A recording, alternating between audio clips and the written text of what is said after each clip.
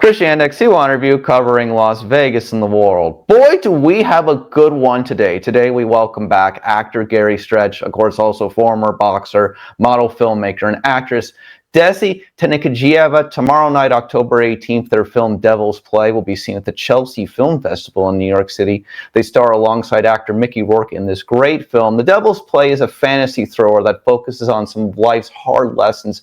Gary, thanks for being back on C1 Review. Dessy, it's so great to have you for the first time on C1 Review. How are you both this morning? Thank you so much for being on with me today.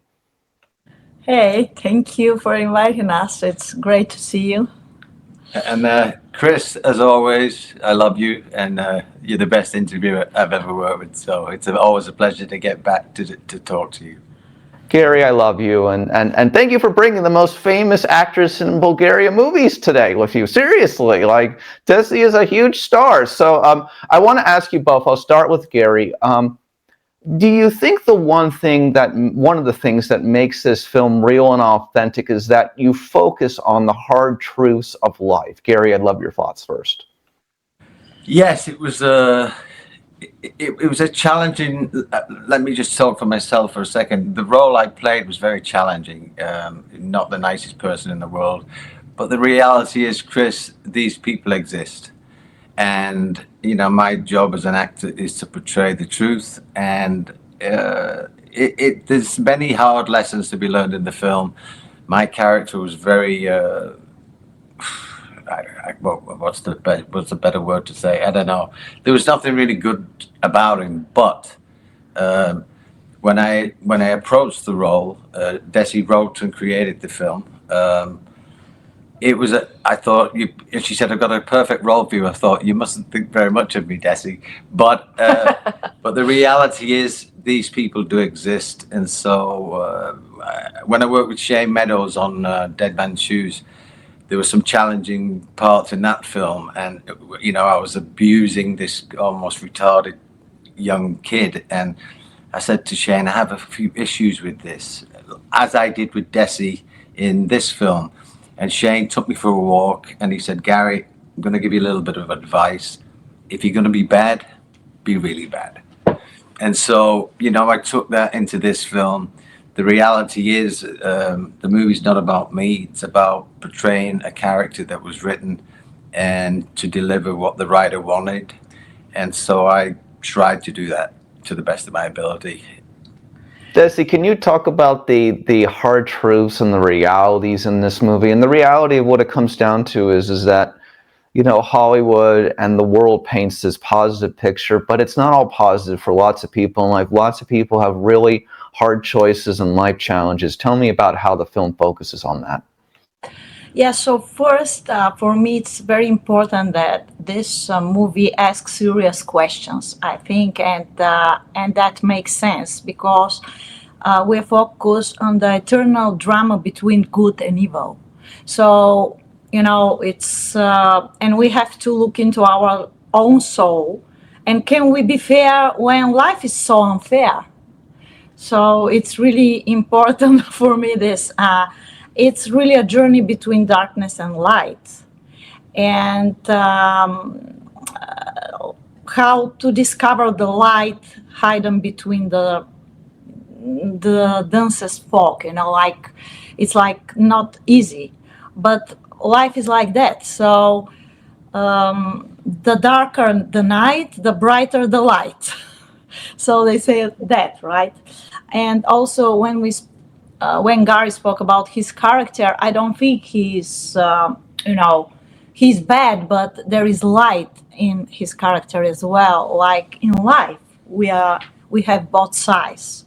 So we explore the 7 deadly sins as well, and we are focused on this. And there is a Goethe's spouse part that say, I'm part of that power which eternally wills evil and eternally works good. So it's the sense of our movie, because it's the director Ben Charles said that this is like a love letter to the devil, but I don't think so, because we created together the movie and we have a writer Mike Shilliam. So we did this together. Also, Gary came on the board later. So we focus too much about into our soul, and all the characters are really different. The main character, who is the devil, Lucifer, he's just a fallen angel, and actually it's based of Mark Twain novel, The Mysterious Stranger. So this character is like lackmus of everything is happening in the life, and we are looking for the human, the devil's face of humanity. So everyone are around the lead character, who is, we have several lead characters. Actually, this is like a movie with so many character leads. Oh, absolutely. I would just say, the ending I wasn't expecting. We won't destroy the ending for obviously, or spoil the ending for anybody. But the ending is just, I couldn't believe the ending, honestly. And I'll talk with Gary about that in a couple minutes. But I want to talk to you, Bob, about your characters. First, Gary, I would say this: you play a retired boxer. The guy's down on his luck. He wants to do the right thing. He's just down on his luck, right? And sometimes people are just down on his luck. In your being a former boxing champion and all the people you've run into in the boxing community, did you find any inspiration from someone for this role? I did. We're at a time in our lives now. I think the community in the last, let's say, 5 years, I think we're all kind of addressing mental health issues today much more than before. And I think that it's current in the fact that I didn't want to play an ex-boxer. It's so typical for people to always throw these roles at me, but in some way it gave me a license to show the mental health issues that follow careers. In the movie, obviously there was, you saw the belts, you see that I was successful. And like you say, Chris, now I'm not so successful, because when it ends, I mean, most fighters don't make the money to save. So when it ends, most of them don't have great education. There's a long life after boxing, and without education, without some kind of something to fall back on, I think 90% of fighters fall into some kind of problem, and 90% of all athletes fall into some kind of problems. And so there was a justification in when I played the role that I'd fallen into that dark side after a somewhat successful career. And he did it. I just really want to thank him, because he was really super powerful athlete and amazing actor, and to stand, he was all the time by my side, and without him it will be difficult to make this movie. Not only like producing, because we have Mickey Rourke there, we have so many actors, but he's just to have his back all the time. It's important, and he's a brilliant actor. When I invited him, he said, "Are you sure I have to play this part?" I said, "Yeah, because the ability of the actors to change themselves, he's an amazing person, and to play such an evil, it's not easy." But also in this character, and as I said before, we are controversial, but we have both sides, light and dark. So absolutely. And here's what I'm going to say before I ask you, Dessy, about your character of Maria. Gary has had an amazing life after boxing. Is an incredible filmmaker. Through my father's eyes. Do we really need to run down the list of the amazing accomplishments that Gary Stretch has had past his boxing career? You know what I'm saying? But I'm sure Gary has seen so many sad stories of some of his fellow colleagues where there is nothing after boxing, which is the sad part, because there can be a life after boxing, and Gary knows that. Dessy, where did you find inspiration for the character of Maria? So actually, the film more or less is based of my personal life. It's very strange, but because unfortunately I lost my husband like 20 years ago. I was very young, and all my life I will, when I start a relationship, I always felt like, is it true or is it not true? What if he would come now? How I gonna react? If I love someone, but in the same time, I still love my husband because this was a big love story, and he was much older than me. However, so this is somehow this movie with my character that I'm between my ex-husband, who is this, by the way, Lee Ryan from Blue. He played this character. It's a special appearance by Lee Ryan and Nikki Whelan. We have two characters, and my partner Victor Gary Stretch. So this all the battle inside of me. How I gonna react? What is happen if he would appear now? It's really very powerful, and I have these dreams. I'm dreaming very often that he just come back. And what shall I do now? I love him, but I love my husband as well. So this is very strong motivation to start this story, especially for my character. And I decided to create this character deaf, because when you are deaf, you open all your other, Senses. yeah. So you are more power. You have more power. And Maria, she can speak only her dreams. So that's why we did not invite a real deaf actor. So I wanted to play this part because I can speak in my dreams. But yeah, so I'm deaf, I'm junkie, and I'm blonde, everything. And I drink. He knows very well I don't drink at all in my life. So it's everything that I'm not. But the battle between, how to say, this drama inside of me, that I lost my husband and that I have someone that I love so much now. It's an interesting concept when you think. I mean, it can't happen, but if you had an incredible love with a husband, let's say, he's had incredible love and he died, then you fall in love again, and then he was able to come back, what would happen? So that's the fantasy element of the drama in her head, I guess. And it is an interesting idea. Where would you go now? I think in real life, people lose people and then find new people. And I think if the new person they find is very insecure, they still battle like, do you love me more than you love your ex-husband and all that rubbish. But it is a thought that goes on. It doesn't actually happen in real life, but what if it could is an interesting concept because we're playing a movie. And this is history of my character is not so explored in the movie, but because you asked me about the motivation of my character. So it was difficult, by the way, and I got a real coach, teacher, who just helped me a lot with this sign language. And this is real sign language. I never knew that there are different sign language. So there is American sign language, Bulgarian, British. So we combine few. It's between Bulgarian and British sign language that we use in the movie.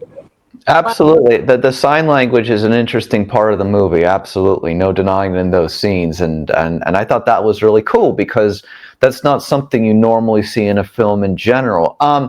Gary, I got a couple for you in a row. Let's start. There's a bar scene in the film where you talk about Cinderella, and you have this talent for telling stories on screen. And I know this because of off screen. I've heard you tell stories, and you're just an amazing storyteller. Where do you think that talent comes from? Thank you. I'm not sure I believe you, but as a child, I grew up pretty humble, big, background, and so we didn't have a lot of money as in my childhood, and I think in the north of England, I think that's why there's a lot of talent comes from Liverpool and Manchester, because they don't have anything. So the only thing they have is their imagination. So we sit around, we tell jokes, we tell stories, because we don't have anything else to do. We don't have the physical toys or the, Christmas time, we were lucky to get anything. So I think that when you grow up with a little bit of not the most wealthy background, then you have to use your imagination to have fun. So I think possibly, to tell a story also takes you out of your life. When you tell stories, you could be anyone you want. So I think it comes from really coming from a very humble background. Actually, this was his story. Yeah. So funny. Yeah, but it's a great delivery, that how he's able to start the story, builds the anticipation all the way to the end. But a lot of people aren't able to carry stories of anticipation from beginning to end. And in that scene in the movie, The Devil's Play, in the bar, he's able to carry that anticipation from beginning to end, which I've seen him do in just normal phone calls and traditional conversations. So it's just incredible to see him on film, and I'm just smiling the whole time that he's delivering that story, because I know that's Gary, because that's who Gary is. No one else is like Gary in that way. Seriously. The funny thing, Chris, is there was a situation in the movie that we had to feature this girl singing, and so we had to make this scene up in the bar so that we could go back and from this girl who we had a deal with in the film to sing. And so it was kind of how can we be in there, and how can we have this little length of time? So we come up with, let's tell this little story, and then we cut to and from me and the girl who was singing the song. Okay, number 2, so let's get to it. Gary, Mickey Rourke has been a long life friend of yours. Tell me about how he was cast to play this televangelist, and what did you think about his role, and what did he think when you brought it to him? Mickey.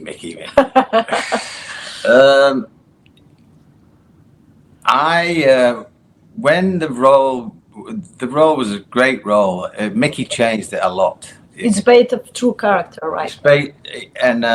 It was based on a true guy, and there were some brilliant scenes in the movie that Mickey just erased and did his own thing, which in some ways I was mad about, because it was so brilliantly written, the role. And then in other ways, I'm happy that Mickey did Mickey, because he did a great job, but he just completely changed it, and but it worked. But I've known Mickey a long time. When we made the movie, Dessy and the director wanted a name for that role, and we had a few options. I offered him Michael Madsen, who's a friend. I offered him a couple of different actors, and the director, Ben Charles Edwards, really wanted Mickey. So I said, they all know I know Mickey, and so I gave Mickey a call. He wanted to do it, and he did it. And Mickey's Mickey.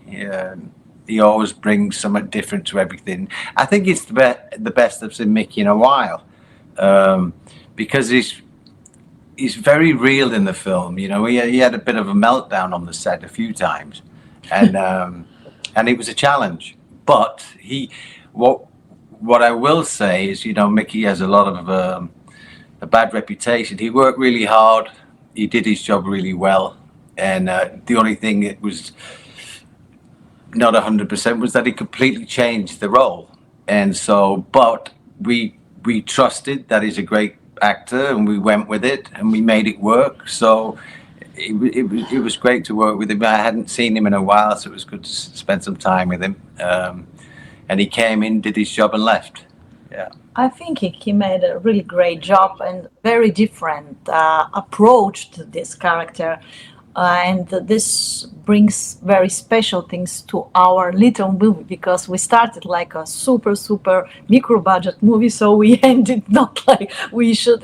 We have like over 40 locations in Bulgaria. We have amazing really locations there in LA, in London, but it's like a little movie, and he brought something very specific and wild and different. So I want to thank him. And thank you, Gary, that you... Dessy, a movie that's an hour and 52 minutes, that's well produced and very technologically great and very well put together, is not a little movie, just for the record. It is not a little movie at all. Okay, it's a great movie.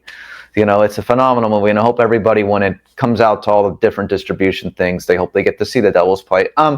Dessy, let me just ask you a couple of questions. So, first off, I read on IMDb that you're the only Bulgarian actress with a starring role in a film of an official selection at Cannes. What does that mean? Tell me about that. So now there is Maria Bakalova, a younger Bulgarian actress. She was the first nominated for Oscar. But this means that Bulgarian business, you know, all the Eastern European actor will stay a bit away from the big movie business.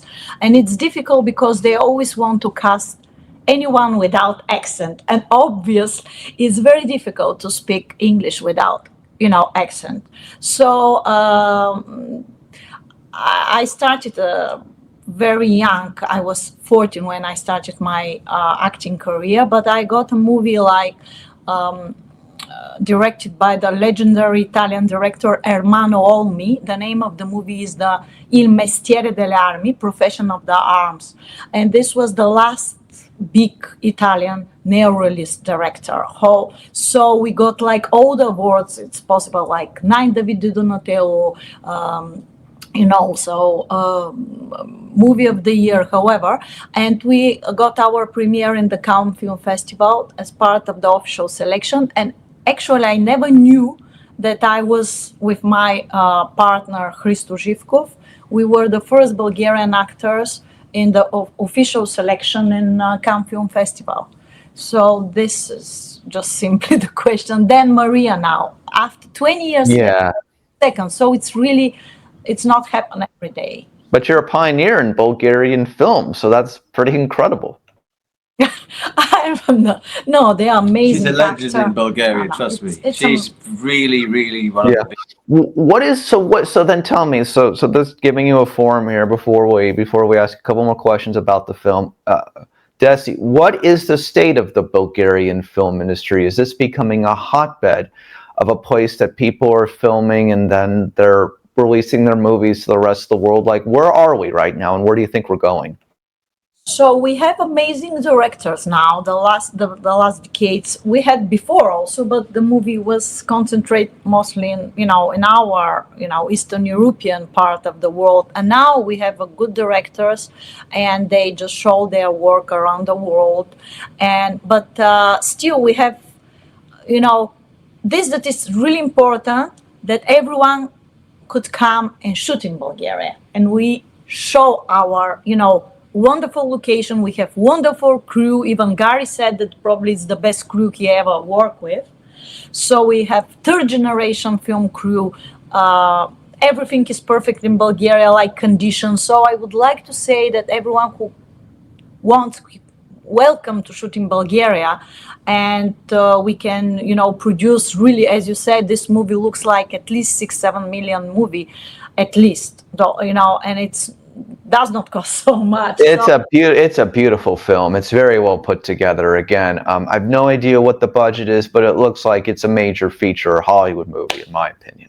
What I liked about the film, what Dessy did is, 95% of films that come to Bulgaria and shoot there, they use the amazing crews, amazing locations, but it's never in Bulgaria in the movie. It's like they just use Bulgaria and then it's a Hollywood movie. But Dessy made this movie and it was set in Bulgaria, which I enjoyed. I thought that was a great thing to show that, no, this is Bulgaria, Oh, I agree with that. Go ahead, Dessy. I just wanted to tell about Denis Madden. It's our cinematographer who really did a great job. It's really important to say this for me. Oh, absolutely. I mean, it's a team effort. It's a beyond team effort to make something that people want to watch, and it's absolutely something I want everybody to see. Gary, at the end of the movie, there's a scene where you're at the table with all the other characters in the film, and I really think you just take that scene and make it your own. Tell me about that. It's pretty incredible. Oh, well, it's like the boiling point of the film for me. It's one of them things where you've exhausted all avenues, and so he sits at the table. He's really got nowhere to go, the world's coming down on him, and something's going to happen one way or the other. And yeah, it was a fun scene for me to make, because it kind of took the whole kind of character. You know, when your hustle's up, and then what you do next. And so it was that kind of he had no more hustle left, and he was kind of exposed to what he is. The funny thing is, everybody knows what he is. And I enjoyed it, because in life, I always say to people, your audience is much smarter than you. Don't try and hustle the world, because then it's like people hustle. We all know the hustlers of the world, but the hustlers don't think we know them. And so it's one of them scenes where, you know, you've come to the end of your game, and what's going to happen next. And it's like Last Supper. So who are you in the Last Supper, Gary? So I'm the chicken leg. I was surprised by the ending. Again, I'm not going to spoil anything, but I was surprised by the ending. And, you know, the point Pete told us is that it's like the end of the movie. This is at almost the end of the movie. It's like everything then moves to Gary's character, which at the beginning of the movie, you think maybe Gary is just one of these many stories, but the end of the movie focuses straight on Gary, and then it's like Gary becomes the focal point of the film that closes the film out. And I thought that was really interesting, and I had to go back and watch that scene twice because it was so good. Thank you. So yeah, we have two lead, you know, like the devil and Gary Stretch character, and then amazing Eleonora Ivanova.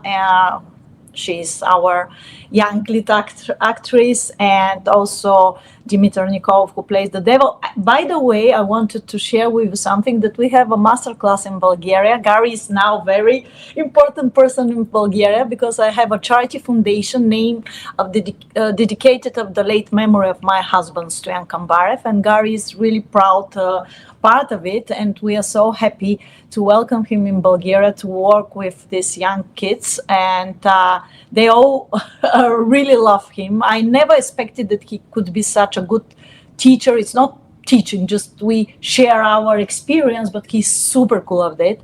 And I have to stop. I don't mean to be rude, but Gary taught Ronda Rousey a bunch of stuff about fighting. One of the greatest female fighters in mixed martial arts history. Gary is a great teacher, in my opinion. I would never wonder, Gary could teach anyone anything, in my opinion. Yes, I've got to tell you a funny story. I worked with a lady for 25 years as an acting coach, but I also worked with a guy called Corey Allen. And Corey Allen was, do you remember Rebel Without a Cause? Remember the car race? So he was in the other car. So Corey Allen, I studied with him a little bit, and he never told me anything. And I learned more from him and I used to say, Corey, can I try this? And he'd say, and he had the Alzheimer's, he'd say, can you? I'd think, yeah, okay, do it. And then I'd get to another problem in my script and say, Corey, can I try this? And he'd say, can you?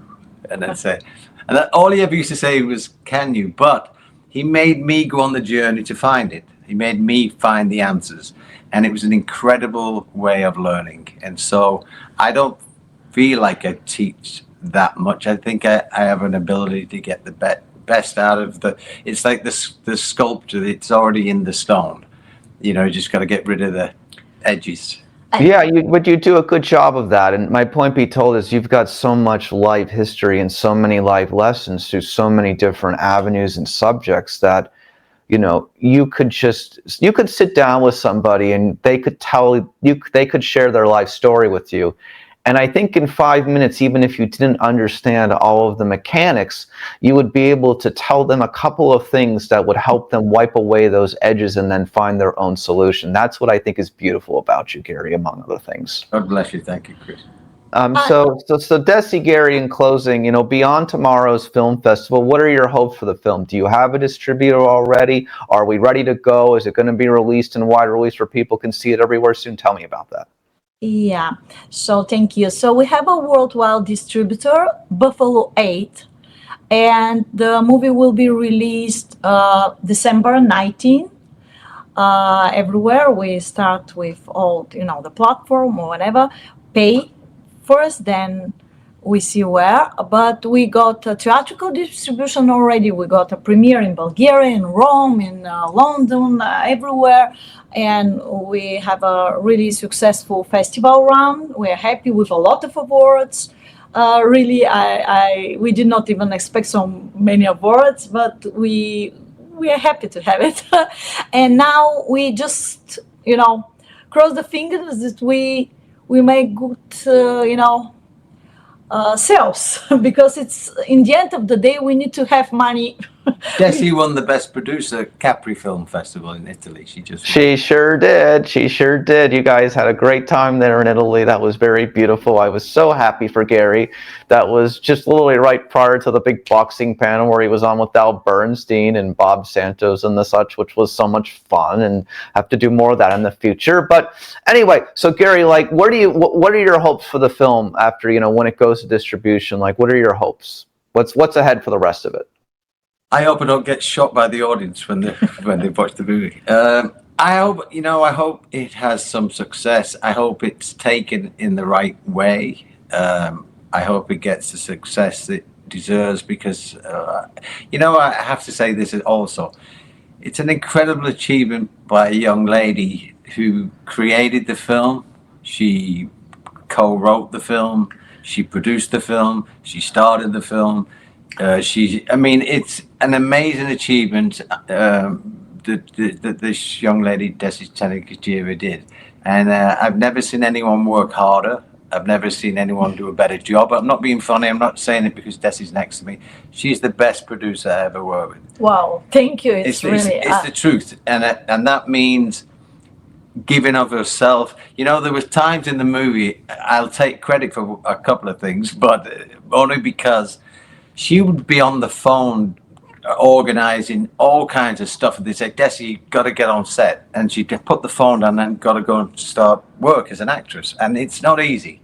And there's a couple of times where at one point I stepped in, I said, Dessy, just stop, look at me. She stopped. And there's a scene in the movie, it's so amazing, and I just said, Dessy, stop. And she was so exhausted and so depleted from other things that people don't know what she, they don't see the side that she had to do, organizing drivers, catering, this, the equipment's not here, and Dessy. And then the next second she's got to go and do her work.